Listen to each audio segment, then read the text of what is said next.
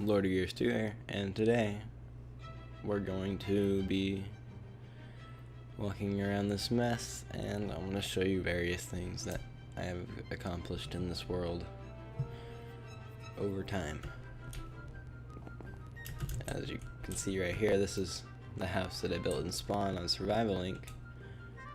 And yeah, that's just a pre-plan. Some of it I didn't like. Yep, that's that. Here's redstone. This is a really loud machine that I found a bug with. Here, I'll turn this down so we can go a little bit closer. See that piston right there? It's flickering for no reason. Because this thing,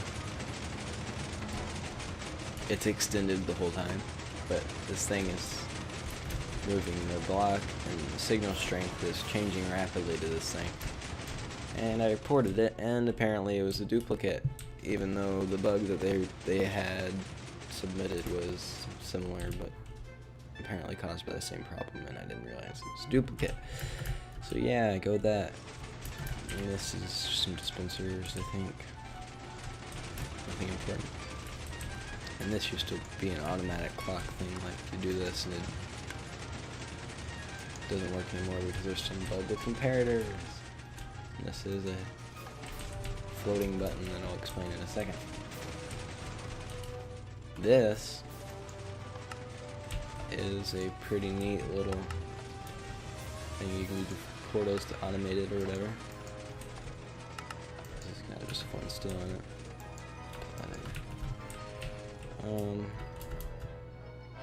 Yeah, pretty simple, in my opinion. And this is really old. Whenever I first made the world, right when hoppers and things were coming out, or no, this wasn't when I made the world, but hoppers had just started coming out. And this water's floating because I put a hopper here and then loaded the world back up in 1.4 or whatever, and I deleted it. So yeah, and this is the palette, I guess, for a building that I never made. Or no, it was the palette for my spawn house. Not my spawn house, my house at my mountain place that I never built on here. I built it there. This, oh yeah, this used to be my daylight thing, that make it daytime before their daylight sensors. A minecart would go up this and fall down, and by the time it hit this cobwebs, it hit a detector rail and set it to daytime. And then when daylight sensors came out, I switched it over to a daylight sensor and broke this stuff here. And then I loaded up in 1.4 like I did there, probably the same time. I deleted the daylight sensor, and now there's just a magically powered redstone line. It's receiving power from nowhere. This is a team selector that I never really made. Oh, and apparently I didn't like it very much. It's kind of destroyed. Oh, this one's a little bit more intact. What's this thing? Say bye. That's nice. Oh, that was before they had the scoreboard stuff, so you'd have to like, yeah, see, you'd get teleported here and get blue armor or something. Oh, this is pretty neat. This is a bud switch that's in the floor. Oh, I have a string here. If you didn't know, string causes block updates, even when you walk in it and there's not tripwire or anything. See, that's a bud, and it actually is not a conventional bud switch. It's more like a bud switch that uses a different method. It says if a piston tries to extend and there's another piston that's extended in the way, it won't extend. So it basically, this one's powered by this thing, this torch, and it tries to go down, but this piston's extended so it can't, and then this piston retracts, and it doesn't know that this retracted, so it's still powered. And when you update it, it'll extend, and yep. Oh, this is the same thing, I think, but it's one wide. So just the same thing, but one wide. And another one. And another one. And this is just a simple one. Not very nice. Don't know what that is. Oh, well, that was weird. Extreme lag. Oh, this is a ceiling bud. Basically, it's powered by this block. Pistons can be powered like that. They can be powered from a block above them, and it does that, and the sand goes up and it's no longer powered. So yeah, that's a pretty simple design if you want to get a simple bud. It has to be a transparent block and then sand or gravel. So yeah, you can take that if you want. Oh, this is something completely useless and probably really bulky. Basically, you could have like a secret hidden passage underneath a piston. Totally pointless, but I like it. It's cool, I guess. Oh yeah, the floating button. This button's floating, but it still causes that to go down. How does it work? Magic. It's actually because this block is right above a piston, which is when you press it gets powered, and this hopper is causing a block update with this because it's making this comparator fire. So it actually is, it gets updated and sends out a redstone signal. This looks like a double extender. Yep. Oh, whoa, it did that lag thing again. I don't like that. No, I think this will like make water come out and then go in a hole. Yep. So this is a double extender right here that allows this water right here to go down. And then this is a double extender in the floor that allows the water to flow down some hole. Actually, let's see, there's some redstone here. Oh, that's double extender. Oh, this will check if someone's online. It's pretty neat. Press this button, it'll tell you if whoever you're wanting to check is online. See right here, it's just for me because my single player, I'm the only one online. But theoretically, you could hook it up to anybody, and if they're online, it'll tell you. If not, it'll say, or it won't say, it just won't return anything. I don't know what this obsidian's about. Oh, yeah, I do. It was a dupe bug, a duplication bug that I was messing with. Oh, you guys, if anybody that watches my videos knows anything about redstone, or not anything, but knows why this is happening, John M. Lang from the Survival Link server showed me this, and it's really irritating to know why it does this. You can see this is not powering this piston. This can't be powering it with this block. It's not sending power to this piston anywhere, but yet, why is the piston extending? I don't understand. And a bunch of explosion spots around. Chicken, probably from my chicken breeder thing. There's like a bunch of those just lying around here, and they're broken. Well, this is pretty neat, actually.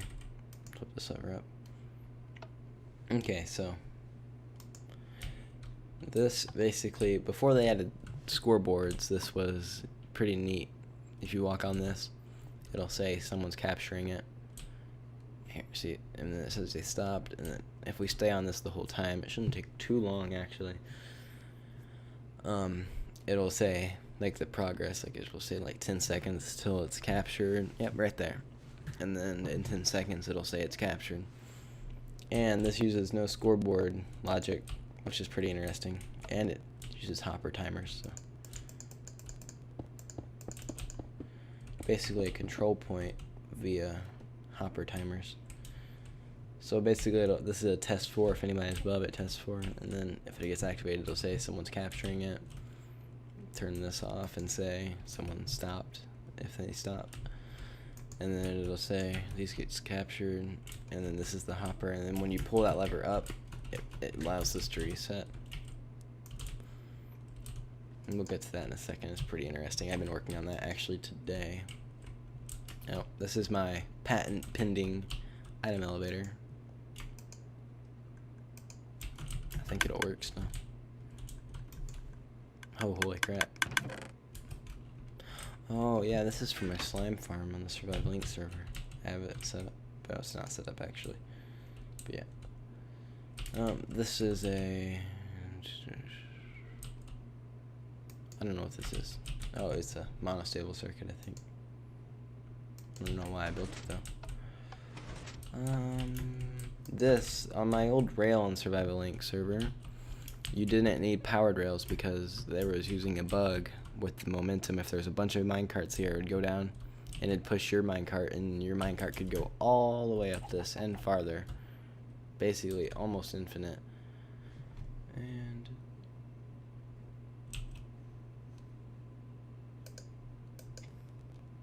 hold on, actually, there's a reapplication for the Survival Link server, so you may see an old member return.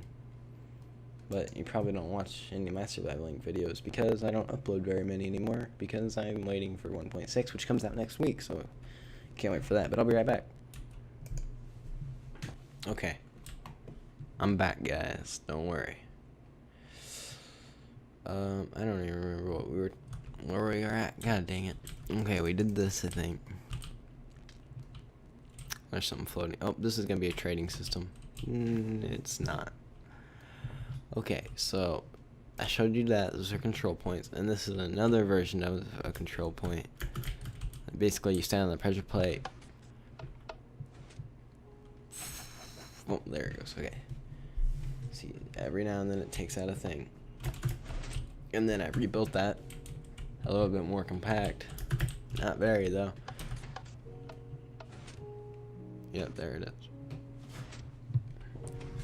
Okay. And then okay, these are using, I didn't really explain any of this redstone today. This right here is a comparator logic, and it's hard to explain. Really great explanation, right? Hold on. Get situated in my chair. Okay. Whoa, I'm frozen. What's happening? Can you guys hear me? Oh my god. Can't see anything. Okay. What was that? That's not a good sound. Whatever just happened, I don't know if you could hear me, but I was kind of confused and sad. Okay, why are my headphones making that noise? Stop it. Stop. Is it my headphones' fault? I can't. Whatever. Okay, there it stopped. This is something that uses comparator logic again, quite a bit actually. It's hard. Stop making that noise. Okay. Where to start? Let's start on the green. Or no, let's start on the orange. Okay, so this is just, the green's just the clock. I'll explain it in a second. But see this, what is that noise? Holy crap. There. This tests for anybody on the blue that is on that pad. When someone is on the blue and they go on that pad, activates this comparator, which turns this comparator on with a little signal strength of 1, and basically that will subtract from this, oh wait, it's with the signal strength of 1, and also turns off this torch so that this is no longer on. It doesn't keep filling that or whatever. And then this tests for red, and then if there is a red, it'll subtract from this, so that if there's one blue and, oh my gosh, that sound is gonna make me angry.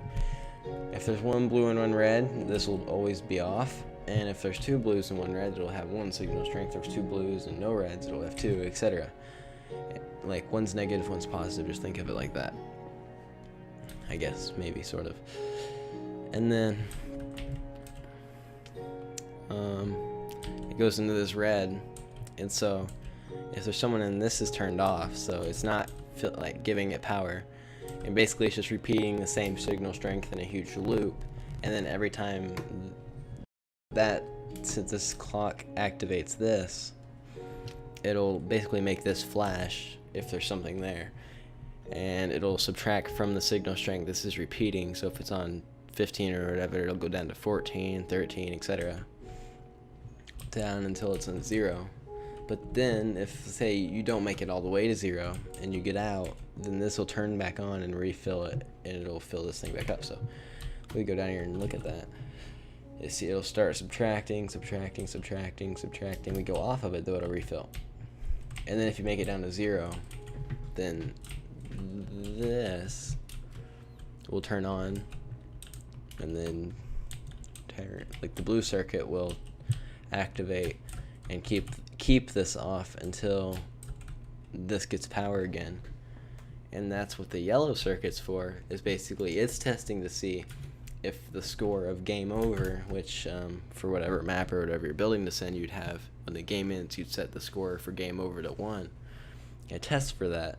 So if the game's over, it'll activate and refill this thing back up to full. So we can actually see that in action if we go down on the pad that it's testing for, and we watch it until it's down to 0. It won't say anything, it'll just turn that off because I don't have anything hooked up to it. But see, there, that activated and turn that off, and then now that's activated. So it'll stay off until the score for game over is 1, and then it'll refill. And then you turn game over back to 0. So this is actually some pretty advanced comparator logic. And this is just a simple clock. I'll explain that real quick. It's just a clock that activates. This is the clock right here. That. So there's the clock right there, and then these repeaters go into a monostable circuit, which basically activates all this stuff. And then over here, this goes over to these test for red and blue things. So the green's just to make sure all the command blocks get activated.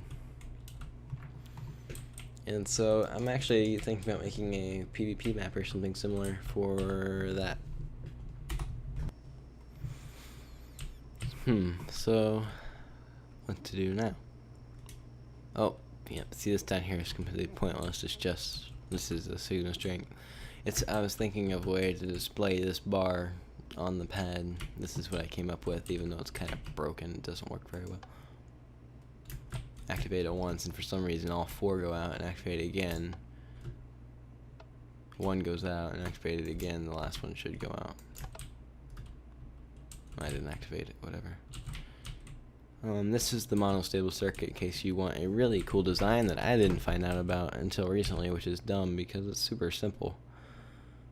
It does not require on any certain pulse length or anything. I'm going to explain how this works in case you can't figure it out. When you activate the button, or whatever, the signal, this turns off, and this should always be powered, except, see, it'll flash right there. So it turns this off for 1 tick. Actually, this should be on. That shouldn't it? Yeah. See, it turns this off for 1 tick because it turns off and then it turns right back on for 1 tick. So it's only off for 1 tick because of this delay. If it's like this, I don't think it even changed. Yeah. Flip it back. It's monostable circuit. Pretty neat one, and I think it's. Let's actually get a piston real quick and make sure it is a monostable circuit. Oh, we're gonna. I didn't think about this. It's inverted.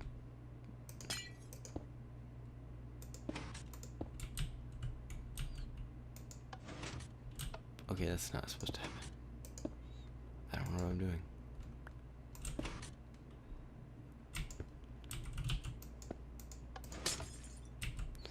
Yeah, it's not a very good way of testing. I don't know what I'm trying to do at the moment now. And this is a reed farm that's like stackable. That's like the whole point of it. I was thinking about building a really tall like century type tower, but with this inside of it. So basically if you go down here, activate this, reeds will fall from all of the different hole things in the ceiling. And then if we go out here, I'll explain how it works. Oh,